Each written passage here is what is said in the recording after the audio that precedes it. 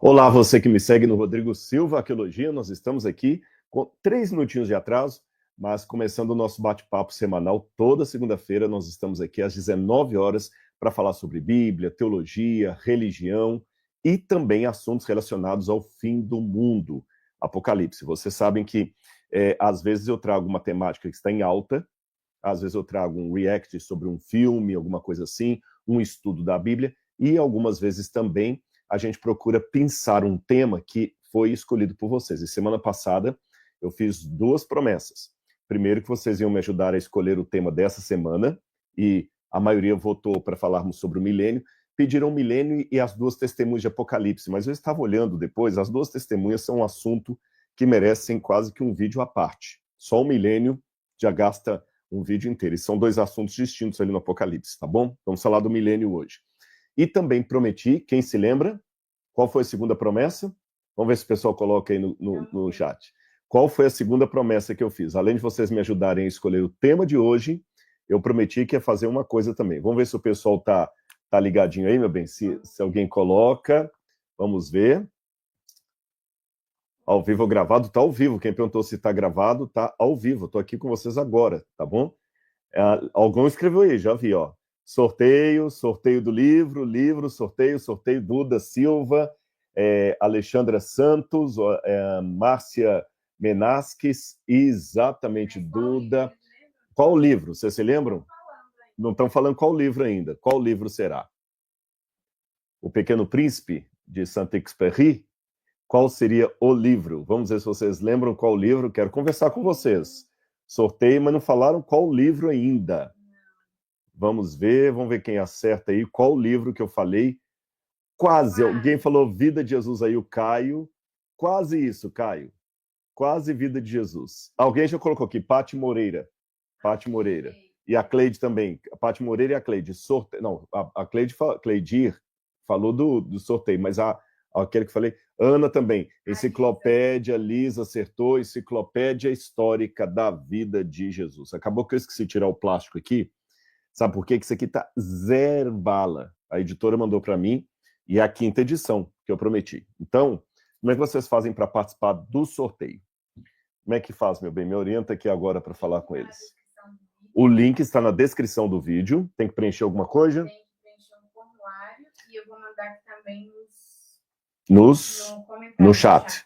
Tá, então a Laura vai colocar o link no chat, e ele também está na descrição do vídeo. Você tem que preencher, e lá no meio da live, no final da live, eu vou decidir qual é o melhor momento, nós vamos sortear o livro. Pode ser seu. E a pessoa que ganhar, Maria das Dores, ou José da Luz, qualquer coisa assim, eu vou abrir e já vou assinar aqui como testemunho para todo mundo ver, e a gente vai mandar para o lugar. Só que um detalhe, só uma coisa importante que eu não posso esquecer. Nós só temos como mandar o livro em qualquer endereço no Brasil. Então, se alguém que está assistindo aqui, porque tem gente de outros países, for sorteado, você tem que encontrar algum amigo aqui no Brasil, alguém que eu possa mandar o livro para casa dessa pessoa, alguém de sua confiança, para depois fazer o livro chegar até você, tá bom? O que eu consigo aqui, pelos critérios aqui do MAB e tudo, é só no Brasil. Você ia falar alguma coisa? Eu te cortei. No formulário precisa preencher o endereço completo, com CEP. Tá, gente, isso é muito importante. No formulário tem que preencher o endereço completo, CEP, tá bom? Tudo que pede lá. O bairro, tudo, senão não dá conta. Já aconteceu no passado uma vez, a gente ficava se matando para achar qual que era o CEP da pessoa, ou qual que era o endereço dela. Vai pedir o telefone também de contato? Então, coloca um telefone também válido, tá bom? Vamos lá, então? Dá boa noite pro pessoal e a gente já vai começar o nosso estudo daqui a pouco. Vamos ver quem mais está aqui. Nós temos a Letícia Nunes, de Itanhaém. Rodrigo, manda um beijo pro meu filho Raul. Raul, beijão aqui, viu? Que você seja abençoado, você, sua mãe e Letícia também.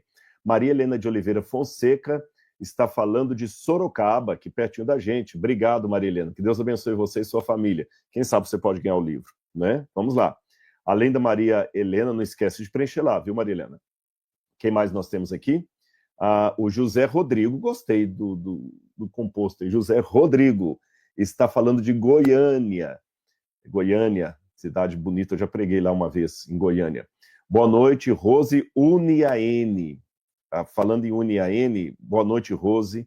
Eu peço até, nesse momento aqui, com muito respeito, a oração por uma família enlutada lá no Uniaene. Hoje eles fizeram o sepultamento de um jovem, o nome dele está aqui, Léo.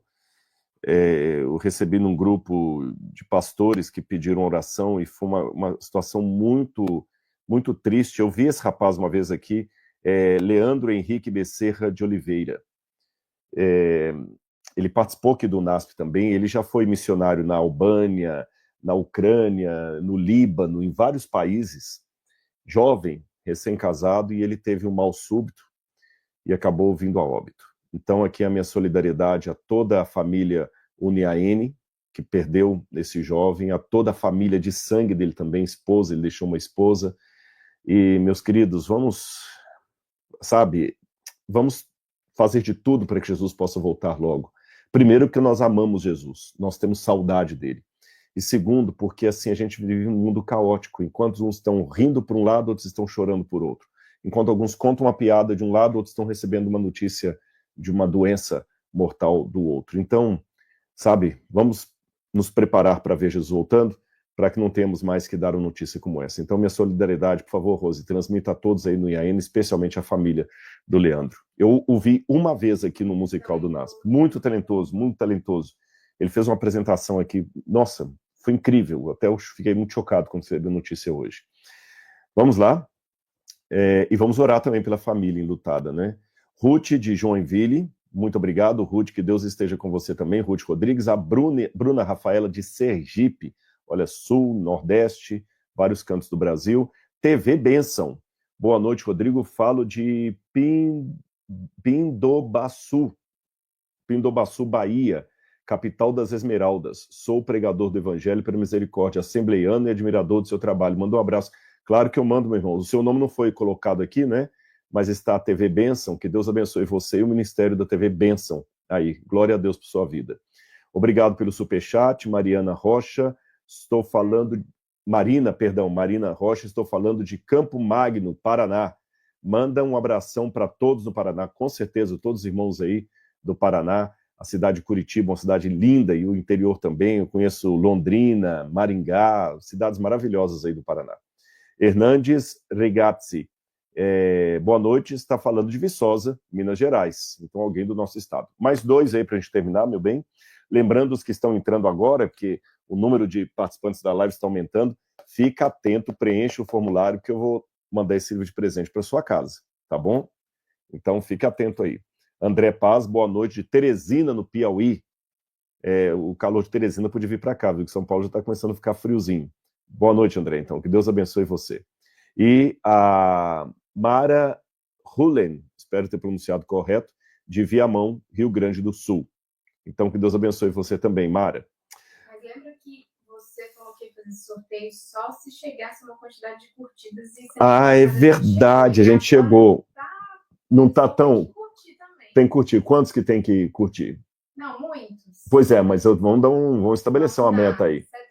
70%, gente. Somos 1.200, tá bom? Então, é verdade, a Laura falou, falei semana passada mesmo. Quem estiver assistindo a live, curte, porque a gente tem que chegar a 70% de curtidas aí, tá bom? Para eu sortear o livro. 70% de curtidas de quem estiver assistindo. Então, vamos botar, tem quase 1.300 pessoas, 70% disso vai dar... Eu sou péssimo nessas contas rápidas assim. 70% até o meio ali. Mínimo as 900 curtidas. Pelo menos umas 900 curtidas, tá bom? Então vamos lá. Meus queridos irmãos, vamos falar sobre o milênio e qual o significado do milênio, qual é essa visão bíblica. É o curioso que se eu olhar na Bíblia diretamente, eu espero que você esteja com sua Bíblia aí para acompanhar comigo. Diretamente, só tem uma passagem bíblica que alude ao milênio. Mas, apesar disso, o milênio, assim, ele é tão... Como é que eu diria para vocês? É uma temática tão forte, tão impressionante, ela atrai tanto as atenções, os temores, as expectativas das pessoas, que sempre quando o mundo vira uma era milenar, muita gente entra em crise. É agora que o Apocalipse vai chegar, é agora. Vocês lembram do bug do milênio? quando todo mundo estava falando que quando o mundo virasse para o ano 2000, que os computadores iam ter um bug, que ia acabar tudo a internet, ia ter um problema. Eu me lembro também do ano 1000 para o ano, quando eu falo 1900, né, para o ano 2000. Aí muita gente achava que o 2000 ia ser o fim do mundo, a volta de Jesus. Diziam até que na Bíblia estava escrito, na verdade não tem isso em lugar nenhum da Bíblia, que 1000 passará, 2000 não chegará. Então o milênio sempre tem uma expectativa assim que agora alguma coisa vai acontecer. Nós temos dados históricos que no ano 999 de nossa era, quando, em plena Idade Média, quando o calendário ia virar para o ano 1000, muita gente se matou com medo do seu fim do mundo. Então eu não quero ficar vivo para ver o fim do mundo.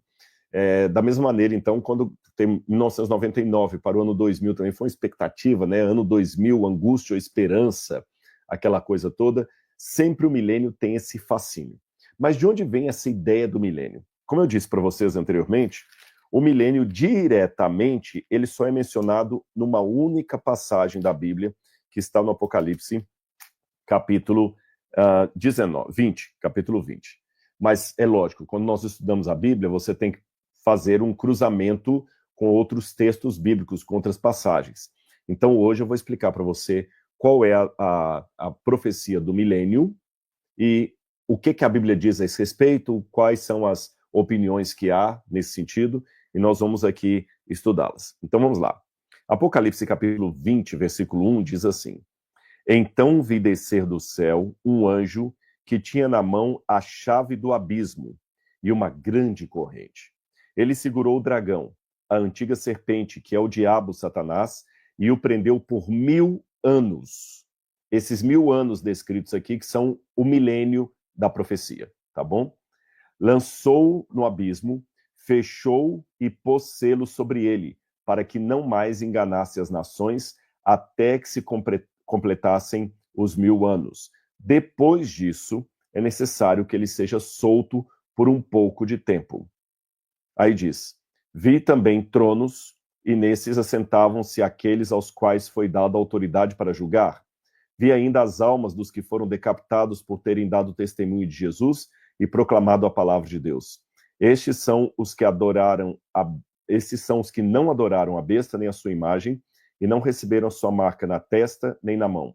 E viveram e reinaram com Cristo durante 1000 anos. Os restantes dos mortos não reviveram até que se completassem os 1000 anos. Esta é a primeira ressurreição. Bem-aventurado e santo é aquele que tem parte na primeira ressurreição. Sobre estes, a segunda morte não tem poder. Pelo contrário, serão sacerdotes de Deus e de Cristo e reinarão com ele os 1000 anos. Quando, porém, se completarem os 1000 anos, Satanás será solto de sua prisão e sairá para enganar as nações que estão nos 4 cantos da terra, Gog e Magog, a fim de reuni-las para a batalha. O número dessas é como a areia do mar. Marcharam então pela superfície da terra e cercaram o acampamento dos santos e a cidade amada. Porém desceu fogo do céu e os consumiu. O diabo que os tinha enganado foi lançado no lago de fogo e enxofre, onde já se encontram a besta e o falso profeta, e serão atormentados de dia e de noite para sempre. Vi também um trono branco, grande trono branco, e aquele que está assentado nele. A terra e o céu fugiram da presença dele, e não se achou lugar para eles. Vi também os mortos, os grandes e os pequenos, que estavam em pé diante do trono. Então foram abertos livros. Ainda outro livro, o livro da vida, foi aberto. E os mortos foram julgados segundo as suas obras, conforme se achava escrito nos livros. O mar entregou os mortos que nele estavam, a morte e o inferno entregaram os mortos que neles havia, e foram julgados, um por um, segundo as suas obras. Então a morte e o inferno foram lançados no lago de fogo e enxofre. Esta é a segunda morte, o lago de fogo. Se alguém não for achado inscrito no livro da vida, esse foi lançado no lago de fogo. Eu li para vocês aqui toda a passagem bíblica que fala do milênio. Do Gênesis até o final do Apocalipse, o único lugar que menciona diretamente o milênio é esse aqui. Aí agora vem a nossa pergunta. Então, qual o significado do milênio? Como é que os cristãos entenderam isso ao longo da história do cristianismo? Bom, Nós temos aqui duas palavras que eu tenho que ensinar para vocês. Primeiro é a palavra milenialismo. Milenialismo é o estudo sobre essa doutrina do milênio. A bem da verdade, esse é um nome, um título um tanto anacrônico, porque a palavra milênio não aparece na Bíblia. Aparece a expressão 1000 anos, que obviamente corresponde a um milênio. Por exemplo, eu posso não ter a palavra decênio, mas se eu tenho 10 anos, é um decênio. Eu posso não ter a palavra 1 ano, mas se eu falar anual, é por ano. Então aqui tem a expressão 1000 anos. Então milenialismo é o estudo, a doutrina, a interpretação sobre a profecia dos 1000 anos. Mas tem um outro nome técnico que eu quero ensinar para você, mais chatinho. Mas é importante você conhecer também, porque aqui eu quero passar coisas de teologia para você. É o nome quilialismo.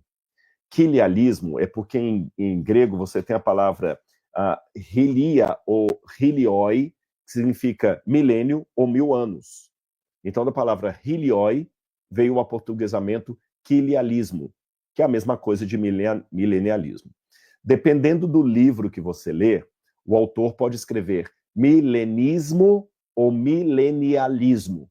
Não se preocupe com isso, está tudo certo. Milenismo, milenialismo, quilialismo, quilinismo, tudo significa o ensino, a interpretação, o entendimento da profecia do milênio dos 1000 anos. Tá certo? Agora, grosso modo, nós temos essas interpretações do milênio que eu vou colocar para vocês aqui. Nós temos o pré-milenialismo. Fica tranquilo que você vai sair dessa live entendendo tudo isso. Eu estou dando uma aula de teologia para você. Você percebeu isso? Aqui é uma classe, uma aula de teologia. Então, nós temos o pré-milenialismo, temos o pós-milenialismo e o amilenialismo. Qual que é a diferença deles? Bom, tudo se refere ao ponto de partida. Para os pós-milenialismos, eles acreditam que a volta de Jesus se dá antes do milênio. Para o pré-milenialismo, a volta de Jesus... Vou corrigir aqui. Para o pré-milenialismo, a volta de Jesus se dá antes do milênio. Pré-milenialismo. Então, a volta de Jesus acontece aqui, depois vem o milênio. Para o pós-milenialismo, a volta de Jesus se dá depois do milênio. Tá bom? E o amilenialismo acredita que o milênio não é literal, é simbólico, e a volta de Jesus se dá no finalzinho do milênio, não após ele. Então, recapitulando. Pré-milenialismo, a volta de Jesus é antes do milênio. Pós-milenialismo, a volta de Jesus é depois do milênio. E amilenialismo, a volta de Jesus se dá no milênio, na parte finalzinha dele.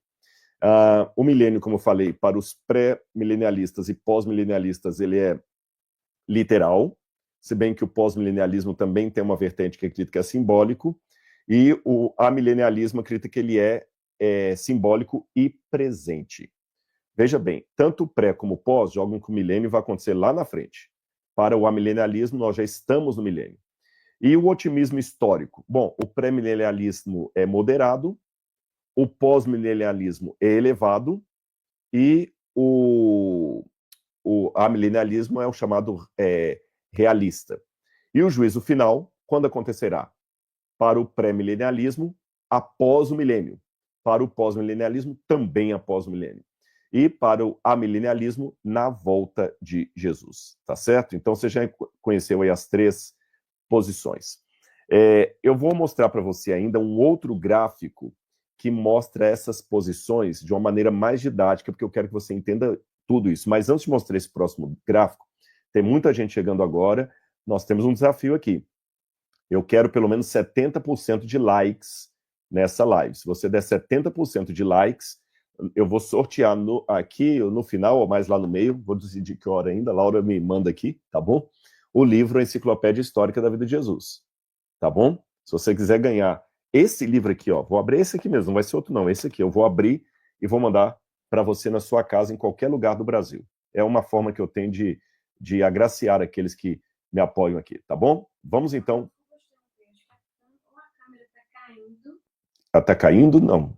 Tá um pouquinho mais para baixo. Para baixo será? Aqui, será que eu tenho que chegar aqui? Melhorou? Vamos lá, se eu sentir que ela cair, você... Tá, mas aparentemente ela tá normal lá. Vamos lá então. Colocando aqui, Olha as várias correntes aí. A primeira que eu apresento para vocês é aquilo que nós chamamos de o pós-tribulacionismo, que é outra coisa que você tem que aprender. O que é que o pós-tribulacionismo apresenta? O pré-milenialismo, como eu falei com vocês, acredita que a volta de Jesus é antes do milênio. Mas aí nós temos algumas diferenças. Alguns acreditam que antes do milênio e da volta de Jesus, nós temos o período da tribulação. Então você tem a tribulação, o tempo de tribulação, o tempo de angústia, aí vem a volta de Jesus e o milênio. Mas outros pensam que não, que nós temos, na verdade, a volta de Jesus, a tribulação e o milênio. E existem aqueles que acham que o milênio é após a grande tribulação e após a volta de Jesus. E o amilenialismo é aquele que acha que o milênio já está acontecendo desde a morte de Jesus na cruz até hoje. Os amilenialistas acreditam que o milênio é apenas uma forma simbólica de falarmos do período da igreja, que nós já estamos vivendo a época do milênio. Então, acho que eu já expliquei para você as três correntes, deu para você entender, e agora nós vamos ver as questões históricas que envolvem o milenialismo. Então, recapitulando, já vimos o que significa milenialismo, que é o estudo do milênio. Essa passagem só está em Apocalipse capítulo 20 em toda a Bíblia, e já falei com vocês que nós temos, grosso modo, três correntes. Os pré-milenialistas, que acreditam que a volta de Jesus é antes do milênio, os pós-milenialistas, que acreditam que a volta de Jesus é após o milênio, e os amilenialistas, que acreditam que a volta de Jesus é no finalzinho do milênio. Os pré-milenialistas são divididos em duas categorias. Aqueles que acham que a igreja de Deus será arrebatada antes da grande tribulação, aqueles que acham que a igreja não será arrebatada, que ela ficará aqui para enfrentar a grande tribulação, e os amilenialistas são aqueles que acham que o milênio é apenas uma figura de linguagem, um tempo não literal, e que ele dura desde a época apostólica, desde a crucifixão de Jesus até a volta de Jesus. Ou seja, para esses, nós estamos no milênio. Para o amilenialista, nós estamos vivendo no milênio. Para o pré e pós, o milênio ainda é futuro. Ficou claro para vocês? Reajam aí se tá didática a minha explicação. Agora um pouquinho de história. Quando os primeiros autores pós-apostólicos começaram a escrever sobre o milênio, eles tinham a ideia que o milênio poderia ser um tempo profético após a volta de Jesus, que representa o descanso dos filhos de Deus no céu. E de onde que eles tiram essa interpretação? Eles vão primeiro numa passagem muito conhecida aqui do livro de 2 Pedro. Eu vou ler esse texto para vocês. 2 Pedro, quando Pedro fala da volta do Senhor, livro de 2 Pedro, capítulo 1, 2 Pedro, capítulo 1, versículo 8. Diz assim: mas há uma coisa, amados, que vocês não devem esquecer, que para o Senhor, um dia é como 1000 anos, e 1000 anos como um dia. Os que interpretaram a Bíblia nesse modo como eu estou contando, entenderam assim: bom, se para Deus um dia é como 1000 anos, e 1000 anos como um dia, significa que Deus pode, então, ter dias figurados na Bíblia. Então, para Deus, um dia como 1000 anos como um dia. Aí eles iam para o texto de Gênesis, quando fala do castigo que Deus ia dar para Adão, Deus fala com Adão assim, Gênesis capítulo 3, Gênesis capítulo 2, melhor dizendo,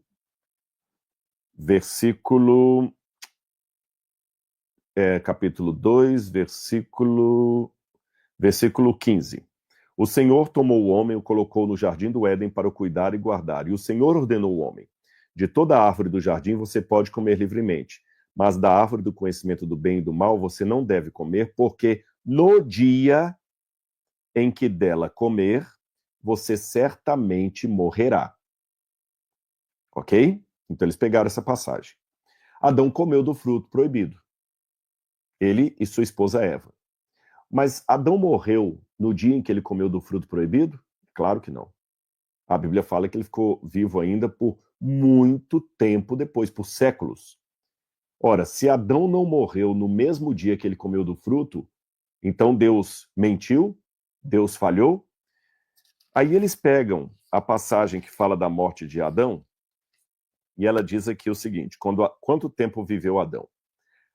Gênesis capítulo 5, versículo 5. Todos os dias da vida de Adão foram 930 anos e morreu.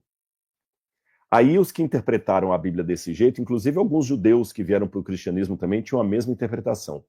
Vem cá, se Adão recebeu de Deus a ameaça, no dia que você comer do fruto você vai morrer, e se Adão só foi morrer quase 1000 anos depois do seu nascimento, ou da sua criação, significa que Deus cumpriu o que Deus falou. No dia que você comer do fruto, Adão, você vai morrer. Mas não no dia, na perspectiva humana de 24 horas, mas na perspectiva divina de 1000 anos. E Adão realmente viveu quase 1000 anos. Na ótica de Deus, um dia. Lembra da passagem de Pedro que eu li para vocês? Porque para o Senhor um dia é como 1000 anos e 1000 anos como um dia. Então Adão morreu no dia em que ele comeu do fruto. Ou seja, 1000 anos da nosso calendário, mais um dia para Deus. Alguns autores judeus também, da linha mais, como eu diria para vocês, alegórica, também interpretavam que os 6 dias da criação representavam 7.000 anos, 6.000 anos de sofrimento da Terra. E que o 7º milênio seria o descanso sabático da Terra. Porque Deus criou o mundo em 6 dias e no 7º descansou.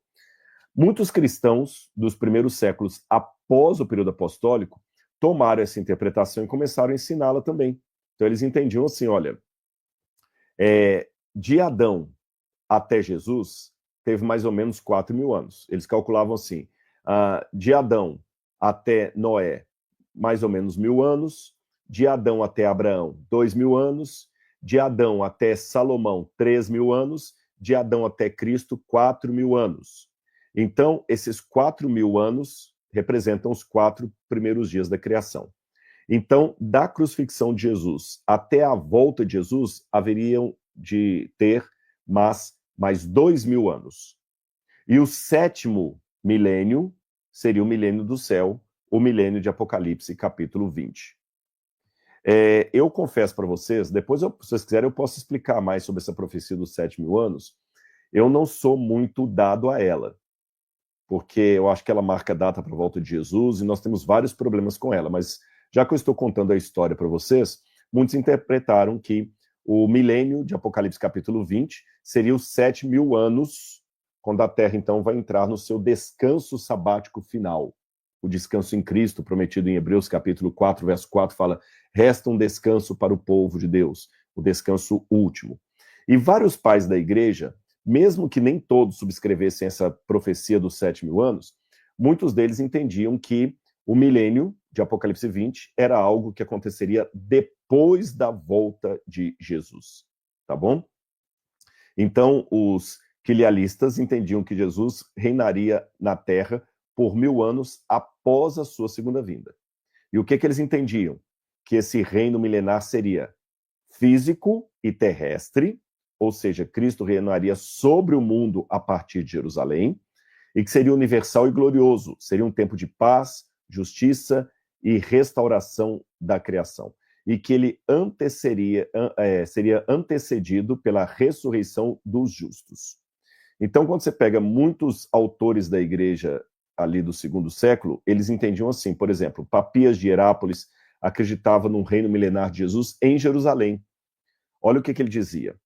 Na época do milênio, Papias entendia que as videiras de Jerusalém cresceriam, cada uma com 10.000 ramos, e cada ramo com 10.000 gravetos, e cada graveto com 10.000 brotos, e cada broto com 10.000 cachos de uva, e cada cacho de uva com 10.000 uvas, e cada uva produzindo o equivalente a 25 ânforas quando fosse pressionado. Imagina, uma uva produzir vinho para 25 ânforas. Da mesma forma, um grão de trigo produziria 10.000 espigas, e cada espiga 10.000 grãos, e cada grão renderia 5 libras duplas de farinha pura, e cada libra produziria pelo menos 10.000 pães, e assim por diante. Ou seja, A ideia desses pais da igreja é que o milênio seria literal na terra a partir de Jerusalém. Nós temos outros pais da igreja que tinham uma ideia menos romântica do milênio. Por exemplo, vou citar para alguns aqui para vocês. Justino Marte considerava o milenarismo uma posição respeitável, embora não universal. Irineu de Lyon defendeu fortemente o quilialismo. Para os que estão chegando agora, quilialismo e milenialismo seria praticamente a mesma coisa, tá? Ele defendeu o quilialismo contra heresias gnósticas, associando o milênio à redenção final da criação. E Tertuliano aderiu ao quilialismo carnal. Eu vou explicar isso aqui para vocês. Uma coisa interessante, os pais da igreja, embora tivessem uma opinião um pouquinho diferente sobre o milênio, Irineu não falava que o milênio seria em Jerusalém, mas Papias achava que iam ser 1000 anos em Jerusalém. Mas uma coisa havia de certo nos pais da igreja. O milênio separa a primeira da segunda ressurreição final. Isso é um dado importante para você anotar. Só que na época do Tertuliano, algumas seitas, como os donatistas e outros mais que começaram a aparecer, enfatizaram tanto esse milênio glorioso na terra de Jerusalém, que eles começaram a cair para 2 erros perigosos. Um deles, um milênio, vou colocar aqui para vocês entenderem. Um deles, interpretando o milênio como sendo uma época de destruição dos ímpios pela igreja, e outro como sendo uma época de muita fartura e também muita orgia consagrada. Olha que perigoso isso aqui. Você tinha vários grupos que, os montanistas, por exemplo, eram um grupo desses, o Tertuliano ficou fascinado pelo montanismo aí, outros grupos que até quase fascinaram Santo Agostinho de Hipona, depois ele caiu fora disso, que entendiam o seguinte, o milênio é a oportunidade para a gente poder fazer tudo o que a carne deseja, mas hoje é pecado. Lembra quando eu li para vocês Papias falando que as uvas iam produzir 10.000 ânforas de vinho? Eles sabiam, poxa, beber vinho embriaga, mas no milênio vamos poder beber e não vai ser pecado. No milênio vamos poder ter todo tipo de sexo que não vai ser pecado. Então o milênio vai ser o momento em que Cristo vai permitir os prazeres da carne de uma maneira consagrada. Então muitos cristãos começaram a interpretar o milênio como uma época de uma libertinagem espiritual permitida por Cristo. E um outro grupo começou a interpretar o milênio como sendo a oportunidade da igreja matar os ímpios. Então isso começou a ficar muito perigoso. Muito perigoso. Na época de Agostinho de Hipona, quando Roma foi atacada por Alarico, o chefe dos visigodos, o Alarico atacou Roma no ano 410. Roma só vai cair no ano 475 de nossa era, mas no ano 410 a cidade de Roma foi atacada pelos bárbaros e Alarico destruiu a cidade, muitos monumentos. Eu tenho até aqui uma imagem que vai ilustrar isso para vocês. Tá aqui, ó. Tá aqui, ó. Essa imagem. O Alarico, ele destruiu imagens, destruiu a cidade de Roma, e aí houve um problema.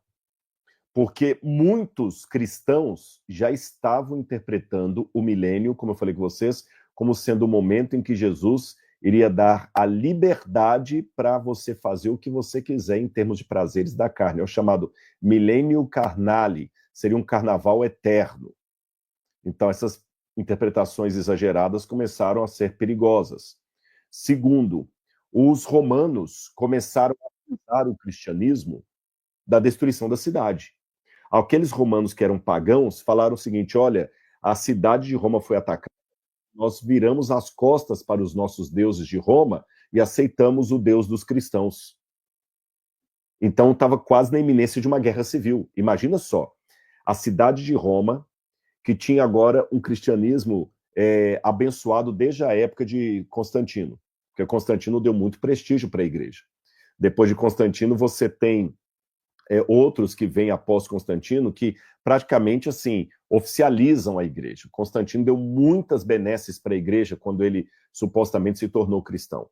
Então o cristianismo, que antes era uma igreja perseguida, agora era uma igreja oficializada por Constantino, tolerada e até com um certo glamour social. Então imagina você morando em Roma. Você vem de uma família que era adoradora de deuses romanos, como o deus Baco, a deusa Cibele, a própria Romana Dea, a deusa de Roma, a deusa Fortuna, enfim. Você vem de uma família que adorava deuses. E na época pagã, a sua família era prestigiada por adorar deuses. Mas agora que você nasceu na época pós-Constantino, onde o cristianismo era aplaudido, você agora tinha a sua religião marginalizada. Veja, Constantino não proibiu a prática do paganismo, mas tornou o paganismo uma religião marginalizada. Se antes de Constantino o paganismo eram as formas de religião assim enaltecidas em Roma, agora eram marginalizadas. E aí você vê Roma sendo destruída e você sabe, Roma foi destruída porque nós viramos as costas para os deuses de Roma. Por culpa de quem? Dos cristãos. Então agora nós vamos matar os cristãos para que Roma volte a adorar os deuses e não seja mais atacada pelos bárbaros.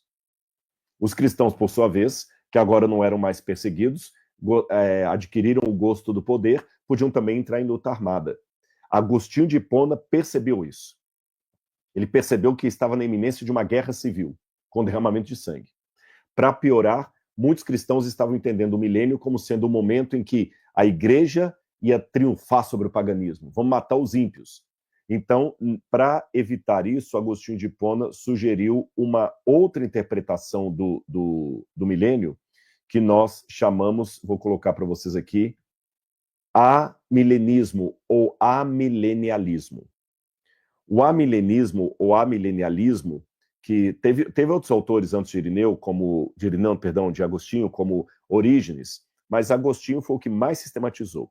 E ele escreveu sobre o amilenialismo nesse livro aqui, vou mostrar para vocês, tirar aqui, ó, esse livro, chamado A Cidade de Deus de Santo Agostinho. É um clássico. Eu já li esse livro todo, mais de uma vez. E Agostinho fala que o amor fundou duas cidades, a cidade de Deus e a cidade dos homens. Então Agostinho começou a ensinar nesse livro que o milênio é o reino espiritual de Cristo desde os tempos apostólicos até a sua volta. Se o milênio é o reino espiritual de Cristo, nós não temos que preocupar com nenhum reino nessa terra no sentido material da palavra. A igreja é a comprovação de que Cristo está reinando no céu, mas é um reino espiritual. Com isso, Agostinho queria evitar uma carnificina, uma guerra civil. E o amilenialismo, ele entendia que o milênio é apenas um símbolo da era da igreja, que vinha desde a fundação da igreja por Cristo até o período eterno, tá bom? E nós estamos vivendo agora no período, então, do milênio, que é apenas uma forma simbólica. Essa foi a contribuição de Santo Agostinho de Hipona ao escrever o livro A Cidade de Deus. E quais são os argumentos por milenialismo que Santo Agostinho usou no seu livro e outros depois dele também acabaram ecoando? Primeiro, ele entende que milênio é um número simbólico. Porque, por exemplo, quando você vai no Salmo 50, verso 10, lá fala que as milhares de cabras possam saltar sobre os montes de Deus. Mas milhares ali é um número simbólico, significa as cabras do mundo inteiro, os animais do mundo inteiro. Então, muitas vezes, os números na Bíblia são colocados de maneira simbólica, assim também o milênio. Mateus capítulo 12, verso 29, Jesus diz o seguinte, eu vou ler para vocês aqui. Mateus capítulo 12, verso 29. Mateus 12, verso 29. Jesus disse assim, ou como pode alguém entrar na casa do valente e roubar-lhe os bens, se primeiro não amarrá-lo, e só então saqueará a casa dele? Jesus está falando da sua vinda a esse mundo.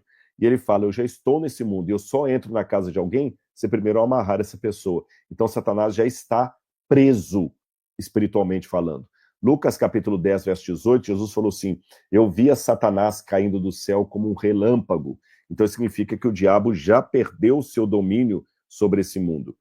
João capítulo 18, versículo 36, é outro texto que Agostinho pega. João 18, 36, diz assim, são palavras de Jesus.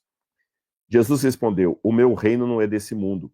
Se o meu reino fosse desse mundo, os meus ministros se empenhariam por mim para que eu não fosse entregue aos judeus. Mas agora o meu reino não é daqui.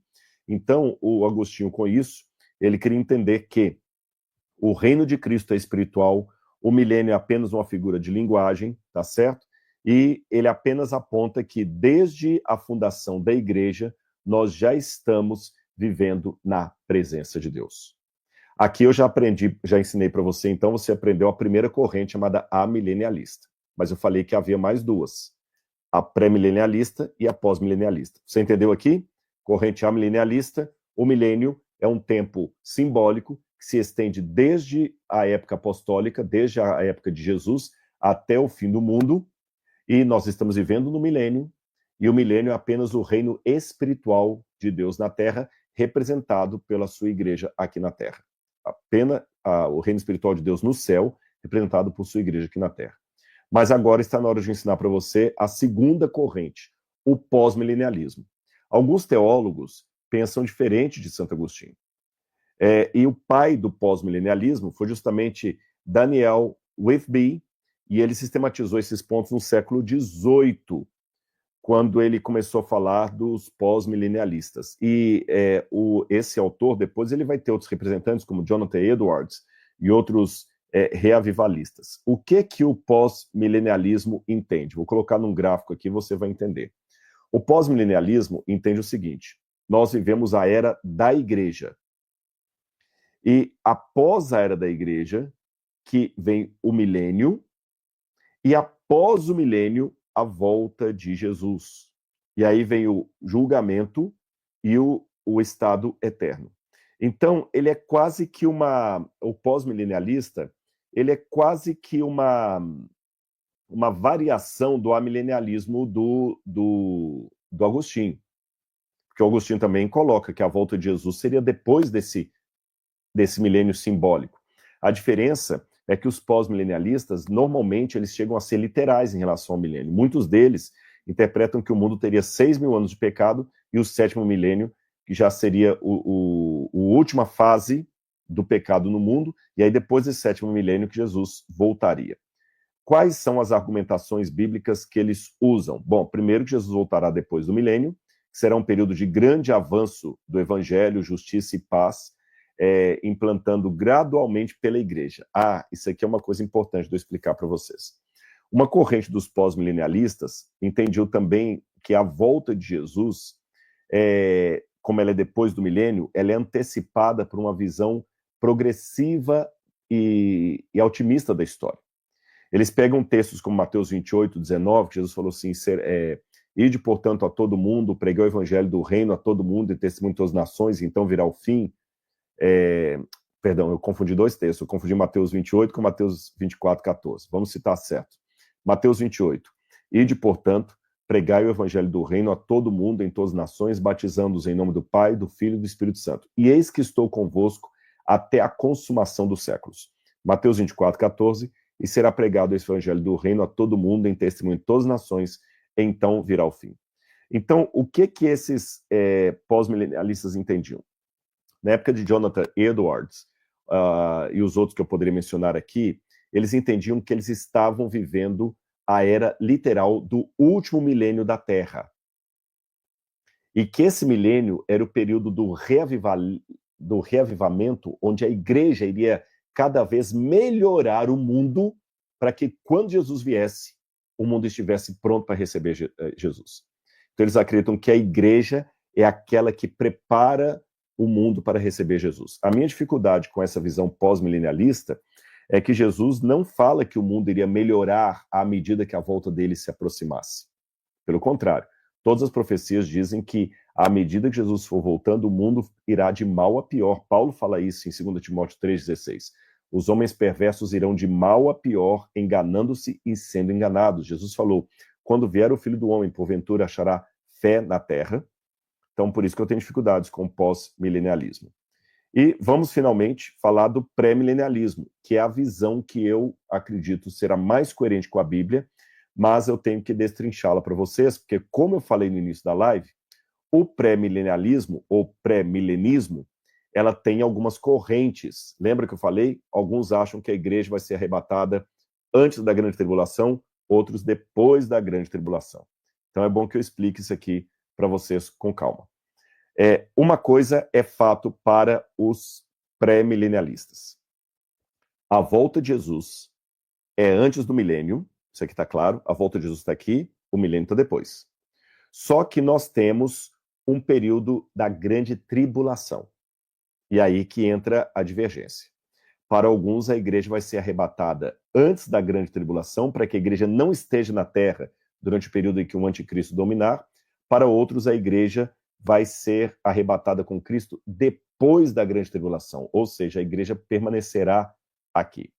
Então, como falei com vocês, a visão histórica do pré-milenismo é aquela que Jesus voltará antes do milênio para estabelecer um reino literal na terra por 1000 anos. A base disso, Isaías 11, Zacarias 14, e isso aqui, como falei, é uma ideia que ela tem um eco maior ali nos pais da igreja. Mas aqui eu tenho que diferenciar para vocês a questão da grande tribulação. Olhem nesse gráfico. Uma grande parte dos cristãos, especialmente evangélicos, entendem que haverá uma grande tribulação, tá certo? E que depois da grande tribulação virá a volta de Jesus e o milênio. Então a igreja vai passar pela grande tribulação. Depois da grande tribulação, Jesus vem buscar a sua igreja, e aí vem o período do milênio, e depois do milênio, o juízo final.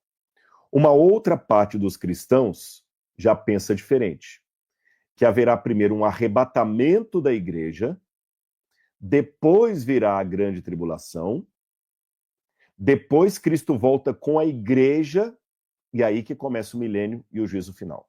Ficou claro para vocês essas duas diferenças de opinião? Espero que sim. Coloque no comentário aí, tá bom?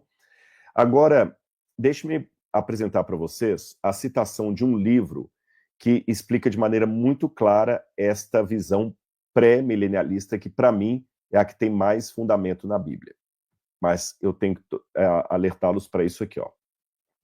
Esse livro, Em Defesa do Pré-Milenialismo Histórico, que é um livro editado por Craig Blomberg e por Sang Chung, que são dois teólogos renomados, um coreano, o outro americano, talvez, olha o que diz o livro, são vários autores, tá? Mas na página 21 tem essa explicação aqui.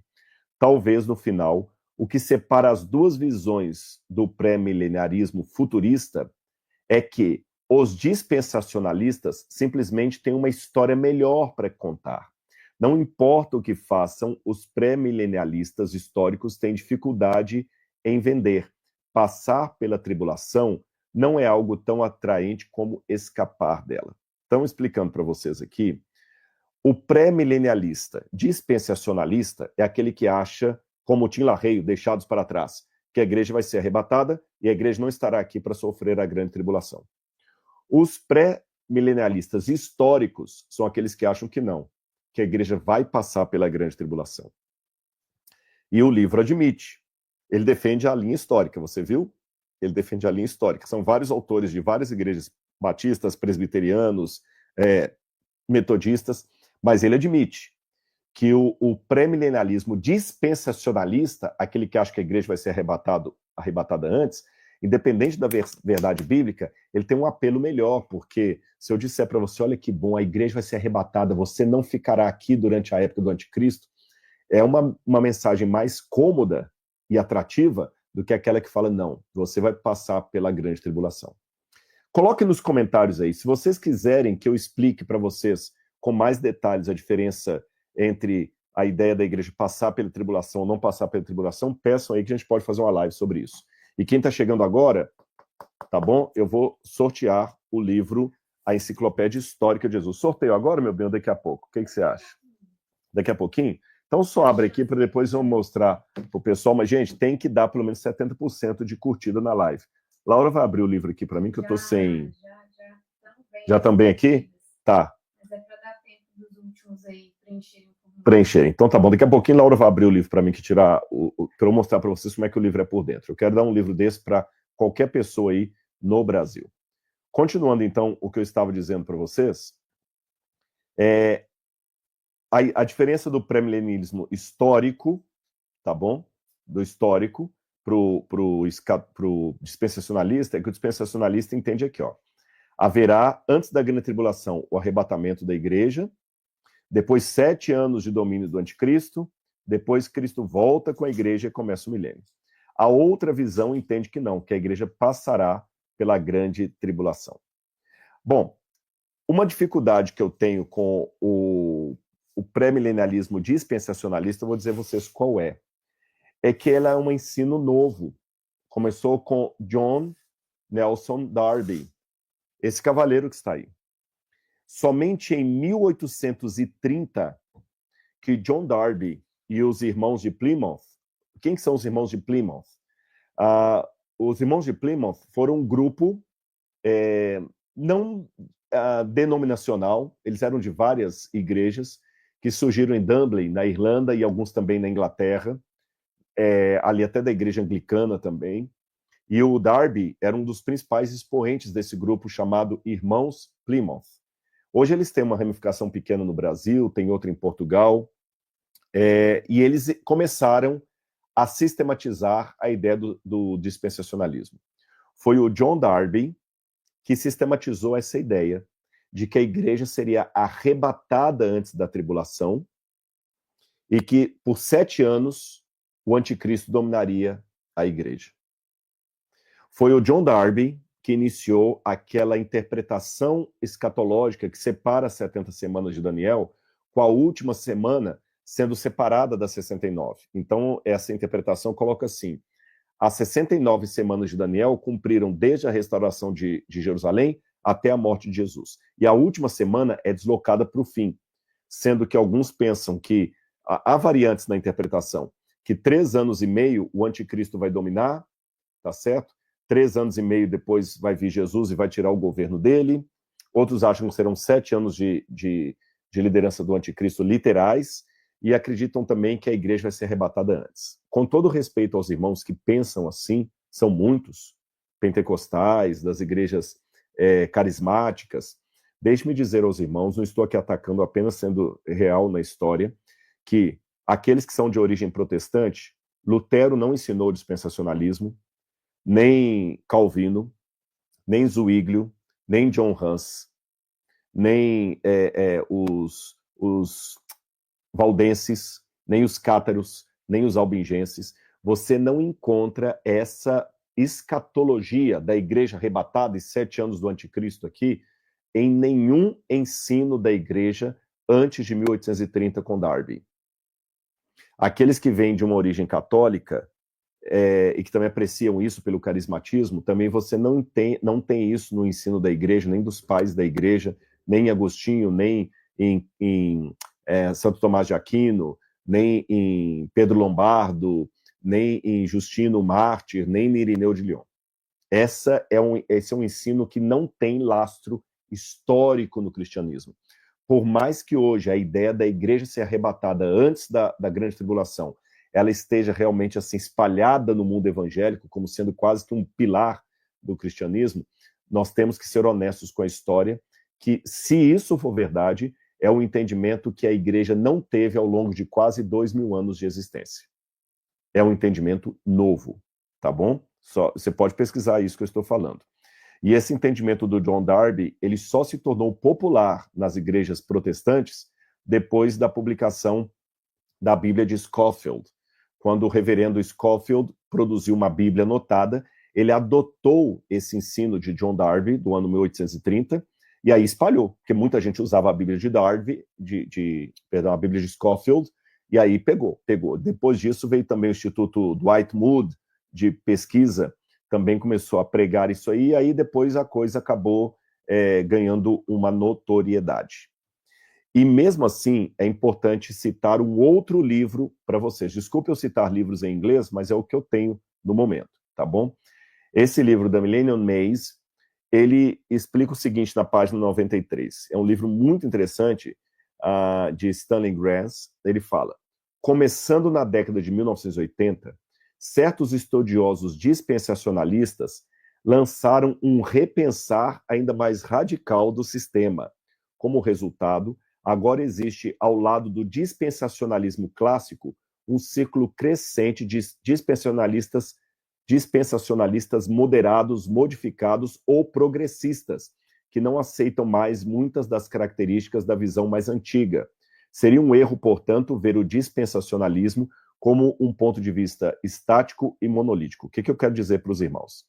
É que, desde que o John Darby, em 1830, começou a ensinar o dispensacionalismo, ele passou por muitas modificações. Então, o que hoje você vê, por exemplo, um pregador falando hoje do arrebatamento da igreja, não é exatamente o que John Darby tinha. Por exemplo, na época dos anos 1960, que os Estados Unidos queriam fazer uma campanha muito grande contra os soviéticos, muitos dispensacionalistas começaram a dizer que o anticristo seria um líder soviético que queria dominar na Terra. Isso não estava previsto anteriormente. A partir dos anos 1980, com a vinda de autores como Alexander, B. Alexander, Hal Lindsey, principalmente o Hal Lindsey, você tem também o Tim LaHaye, que criou os livros Deixados para Trás, depois virou filme, até com o Nicolas Cage protagonizando desses filmes. A novela da Rede Record sobre o Apocalipse segue nessa linha. Houve modificações do dispensacionalismo. Tem gente perguntando aqui, o que é o dispensacionalismo? Deixa eu explicar isso para vocês. O dispensacionalismo de Darby, ele entende assim, que Deus, durante as várias eras, teve um modo diferente de lidar com o seu povo. Então, esse modo diferente é chamado em grego de economia, ou traduzido, dispensação. Então, Deus lidou com o povo pré-diluviano de uma forma. Deus lidou com os hebreus do Antigo Testamento de outra forma. Deus lidou com a igreja de outra forma. Então, cada vez Deus muda o modo de lidar com o povo. Então, estamos em diferentes dispensações. E esse grupo dispensacionalista acredita assim, que embora Deus mude o modo de lidar com o seu povo, a aliança de Deus é eterna. Então, se a aliança de Deus é eterna, e Deus fez uma aliança com Israel, quem vai terminar a obra do evangelho é Israel. A igreja é apenas um parênteses. A igreja é apenas uma intrusa. A igreja não estava nos planos de Deus. Então eles acreditam o seguinte, que houve a dispensação de Israel, mas como Israel falhou em cumprir o plano de Deus, Deus criou a dispensação da igreja, que vai desde os apóstolos até o arrebatamento da igreja.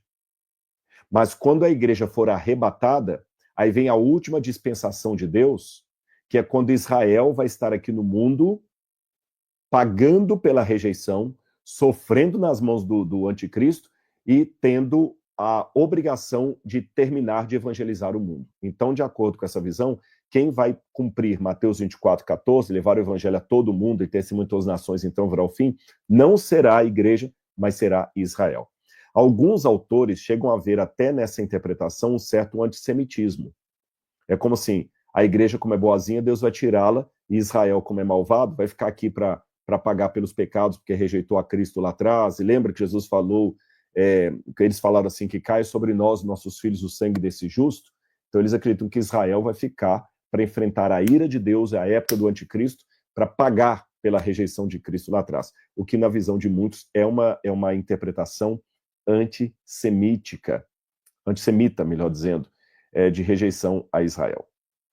Bom, em virtude de tudo isso, qual que é a minha interpretação do milênio? Eu vou gastar 10 ou 15 minutos finais aqui para explicar para vocês na Bíblia como eu entendo o milênio. A primeira coisa que me chama a atenção é que quando você vai em Apocalipse, você tem o Apocalipse sempre dividido por blocos. E você lê depois na sua Bíblia aí, Apocalipse do capítulo 12 até o capítulo 14, você tem uma visão histórica do povo de Deus, desde o nascimento do Messias, que é visto no Apocalipse capítulo 12, o Messias que nasce da mulher, até a volta do Messias no Apocalipse capítulo 14. Então você tem um quadro completo. O Apocalipse capítulo 12 conta a trajetória do povo de Deus com o nascimento do Messias, e Apocalipse 14 mostra as 3 últimas mensagens de advertência sendo dadas ao mundo e a colheita, que é a volta de Jesus. Aí quando você vai para o capítulo 15, do Apocalipse, ele volta de novo na história. Porque o Apocalipse é assim, ele conta toda a história, depois ele volta a história de novo, com mais detalhes que ele não deu antes, depois ele volta a história toda, e assim ele vai. Quando você pega do capítulo 15 até o capítulo 21, você vê de novo um ciclo cronológico completo. Você tem as 7 últimas pragas do mundo, que são pragas que são derramadas sem misericórdia de Deus. Então aqui você tem um quadro muito claro do tempo de angústia, da grande tribulação. E logo depois da grande tribulação, você tem o juízo de Deus sobre a Babilônia. Ele é bem descrito aqui. E depois do juízo de Deus sobre a Babilônia, você tem as bodas do Cordeiro e Cristo voltando como o grande Deus. A volta de Jesus está aqui em Apocalipse capítulo 19. Então você tem as 7 pragas e a volta de Jesus no capítulo 19. Alguém pode falar, Rodrigo, mas tudo bem, mas a igreja é arrebatada antes das pragas. Aqui não dá a entender no Apocalipse que a igreja é arrebatada antes das pragas. Eu precisaria de uma live só para explicar para vocês se a igreja permanecerá durante a grande tribulação ou não. O que dizem os diferentes teólogos. Se você quiser uma live só sobre isso, eu falarei, tá bom? Hoje eu vou apenas falar da sequência dos eventos aqui. A volta de Jesus acontece no capítulo 19, e aí no capítulo 20 vem o milênio. Então o milênio é pós-volta de Jesus. E o que acontece aqui no milênio? O milênio fala, vi descer um anjo do céu com uma corrente para segurar o dragão. Aí aqui algumas coisas me chamam a atenção. Olha o que acontecerá na volta de Jesus. 2 Pedro, capítulo 3, versículo 8, diz assim, olha. Segunda carta de Pedro, capítulo 3, versículo 8. Olha o que fala da volta de Jesus. Capítulo 8... Então, o 8 eu já li, que é o capítulo 3, versículo 10. Porém, o dia do Senhor virá como um ladrão. Naquele dia, os céus passarão com grande estrondo, os elementos se desfarão pelo fogo, e também a terra e as obras que nela existem desaparecerão. Então, raciocine comigo. Jesus volta e a terra vai ter um grande fogo. O Pedro até fala que vai ser um dilúvio de fogo. Então, raciocina comigo. Será que algum ímpio vai sobreviver? O que você acha? Quando Cristo vier nas nuvens com poder e grande glória, algum ímpio vai sobreviver? É claro que não. 1 Tessalonicenses capítulo 4, versículos 16 e 17, confirmam isso. 1 Tessalonicenses capítulo 4, versículos 16 e 17, diz assim, olha, porque o Senhor mesmo, dada a sua palavra de ordem, ouvida a voz do arcanjo, ressoada a trombeta de Deus, descerá do céu. Os mortos em Cristo ressuscitarão primeiro. Depois nós, os vivos, os que ficarmos, seremos arrebatados juntamente com eles, entre nuvens, para o encontro com o Senhor nos ares. Veja bem, aqui a Bíblia dá a entender que a volta de Jesus, o arrebatamento da igreja e a ressurreição dos mortos se dará no mesmo evento. No mesmo evento, tá certo? E como é que será a volta de Jesus? Com grande clangor de trombeta. E fala que nesse dia será revelado o iníquo, a quem o Senhor Jesus matará com o sopro da sua boca e pela manifestação da sua vinda. Agora, olha que interessante. Aqui não fala da ressurreição dos ímpios. Fala só da ressurreição dos justos. Então eu sei que na volta de Jesus haverá a ressurreição dos justos. Então Jesus volta com poder e grande glória. Os justos que estiverem vivos vão ser arrebatados. Os justos que estiverem mortos vão ressuscitar. Agora, para onde que vão aqueles que vão ser arrebatados e que vão ressuscitar? Evangelho de João, capítulo 14, versículo 1 a 3, diz: que o coração de vocês não fique angustiados. Vocês creram em Deus? Creiam também em mim. Na casa de meu pai há muitas moradas. Se assim não fosse, eu lhes teria dito, pois vou preparar um lugar para vocês, e quando eu for e preparar um lugar, voltarei e os receberei para mim mesmo, para que onde eu estou, vocês estejam também. Jesus vai nos receber para nos levar para as moradas na casa do Pai. Então, se a morada é na casa do Pai, o reino milenar de Cristo não pode ser na terra. Porque, veja, Jesus volta com poder e grande glória. Apocalipse capítulo 19. Depois disso que começa o milênio.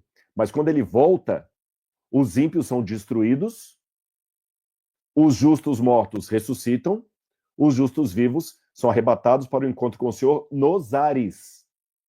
Nos ares. Quando nós vamos a 1 Coríntios, capítulo 6, versículo 2 em diante, 1 Coríntios, capítulo 6, versículo 2 em diante, diz assim, olha. Ora, vocês não sabem que os santos hão de julgar o mundo? Se o mundo deverá ser julgado por vocês, será que vocês não são competentes para julgar as coisas mínimas? Por acaso vocês não sabem que haveremos de julgar os próprios anjos? Então nós vamos julgar os anjos. E onde nós vamos julgar os anjos? Efésios capítulo 2, versículos 6 a 9. Efésios capítulo 2, versículos 6 a 9. Diz assim, olha. E juntamente com ele nos ressuscitou, e com ele nos fez sentar nas regiões celestes em Cristo Jesus. Essa expressão nos fez sentar, como está traduzida aqui na Bíblia, dá a entender que é um ato passado. Mas no grego é ação no auristo. Auristo significa uma ação completa, não necessariamente passado. Ação completa, tá certo? Então eu posso traduzir aqui, Deus nos faz sentar nas regiões celestes com Cristo. Então, veja bem, Jesus volta e nós vamos nos assentar nas regiões celestes com Cristo. Eu vou mostrar para vocês um gráfico para vocês entenderem como é que isso aqui fica na minha compreensão. Olha aqui. Os últimos dias, Jesus volta, os justos ressuscitam, os justos vivos sobem, os ímpios vivos são mortos, e aí nós começamos um julgamento no céu dos próprios anjos. E aí tem um aprisionamento de Satanás. Como é que será esse aprisionamento de Satanás? Jeremias capítulo 4, versículos 23 em diante, diz como é que a terra estará naquele dia. Jeremias capítulo 4, versículos 23 em diante. Jeremias capítulo 4, versículo 23, diz assim: Olhei para a terra, e eis que ela estava sem forma e vazia. Olhei para os céus, eles não tinham luz. Olhei para os montes, e eis que tremiam, e todas as colinas estremeciam. Olhei, e eis que não havia ninguém, e todas as aves do céu haviam fugido. Por qual razão? Porque todos morreram. O único que estará vivo aqui na terra é o diabo. Estará vivo e preso, porque, como eu li para vocês no início da live, Apocalipse capítulo 20, o diabo estará preso por uma cadeia de circunstâncias, não terá ninguém para ele tentar. Durante 1000 anos.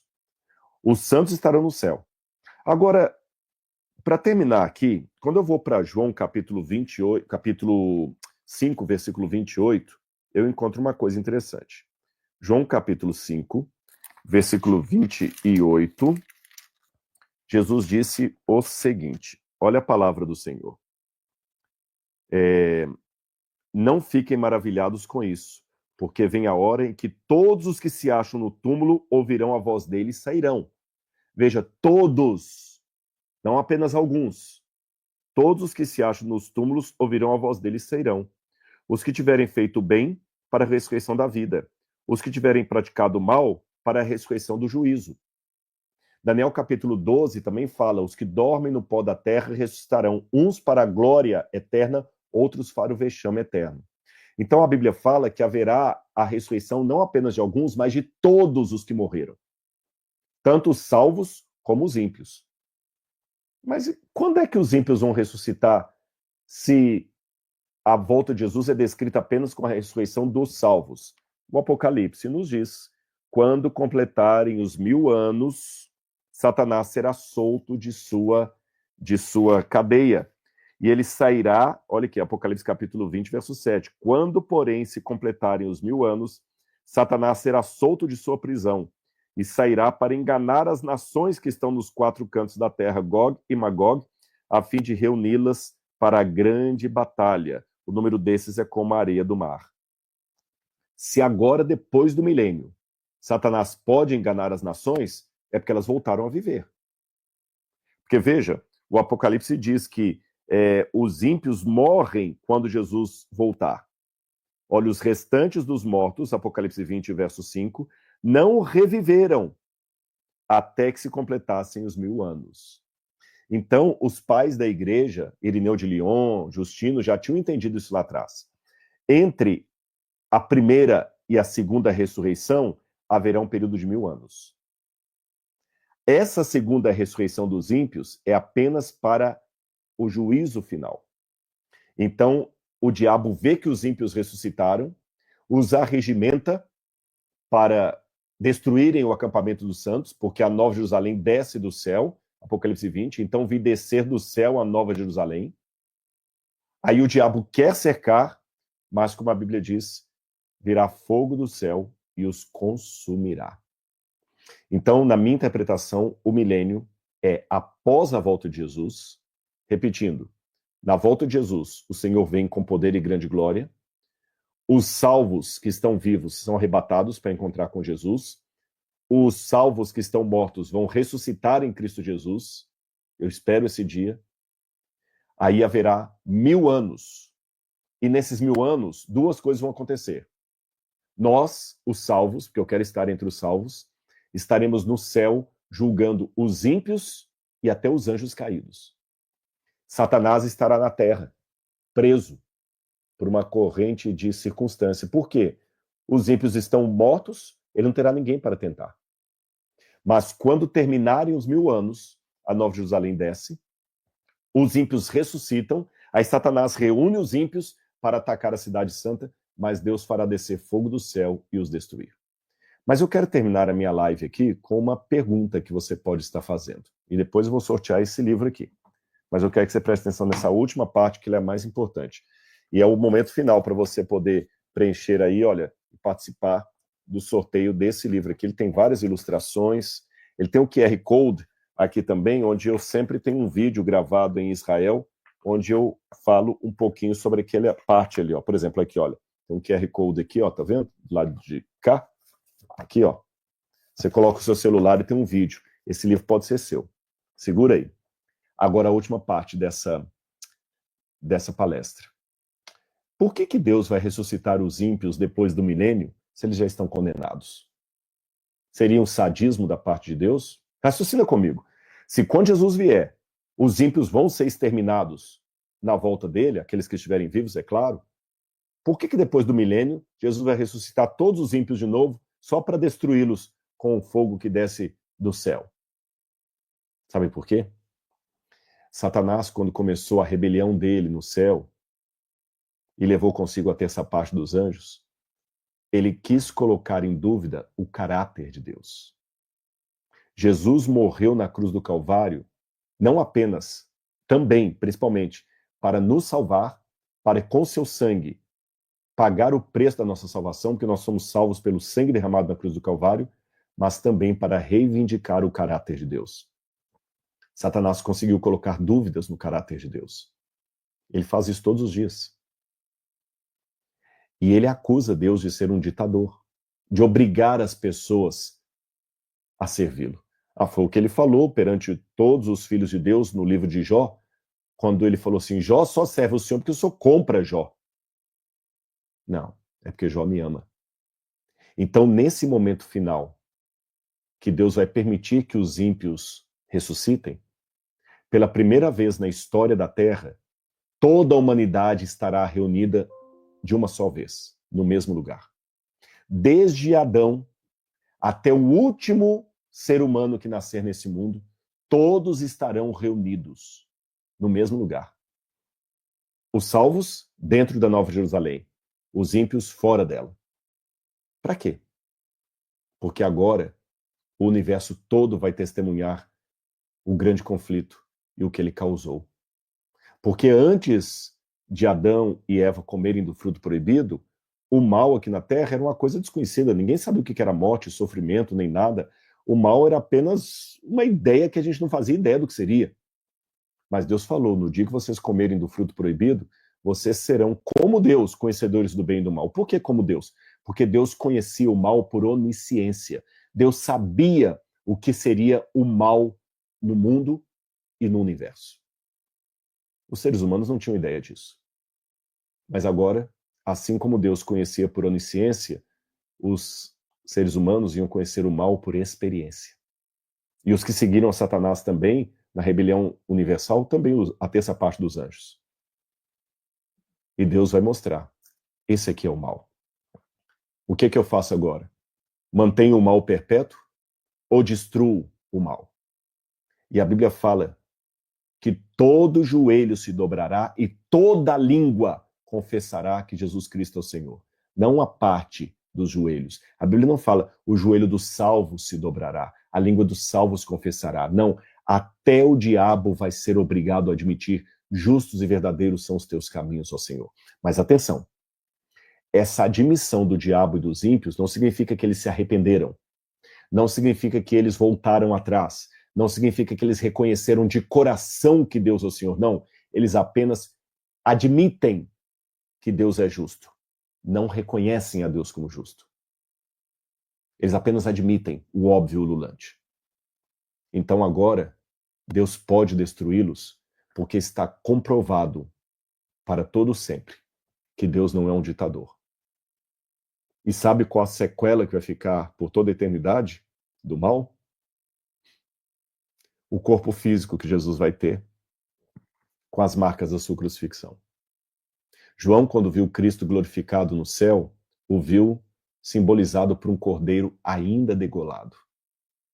E no Apocalipse, capítulo 22, diz que eu não vi santuário no céu, porque o próprio cordeiro está com eles.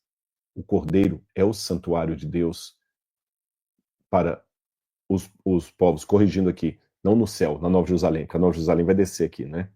Eu não vi nela, na Nova Jerusalém, santuário, porque o cordeiro é o santuário. E qual que é o santuário do cordeiro no meio do povo de Deus? É o próprio corpo. Que ele falou, antes corpo me formaste, e agora em Cristo habita corporalmente toda a plenitude da divindade. Ele estará conosco num corpo humano, que é o preço que ele pagou para que nós pudéssemos ser salvos. Já pensou? Paulo falou que nós vamos crescer para atingir a estatura de Cristo, mas como é que você pode atingir a estatura de um Deus? Só tem uma condição, se esse Deus se diminuir da sua estatura original, assumindo uma estatura que seja atingível. Por isso ele não se envergonha de ser chamado de nosso irmão, disse o apóstolo Paulo. E ele será para sempre sacerdote, segundo a ordem de Melquisedeque. Por que Cristo será sacerdote por toda a eternidade se não haverá mais pecado? É porque o preço que ele pagou na cruz do Calvário é um preço de consequência eterna. Então, se você hoje está questionando a Deus, cadê o seu amor, Senhor? Por que o Senhor deixou o mal acontecer no universo? Deus pergunta, meu filho, quem pagou o maior preço? Quem vai ficar para sempre com as marcas da crucifixão? É Jesus. Pense nisso, você que hoje está sofrendo, que está angustiado, que está pensando assim, meu pai não terá mais chance para mim. Ele ama você.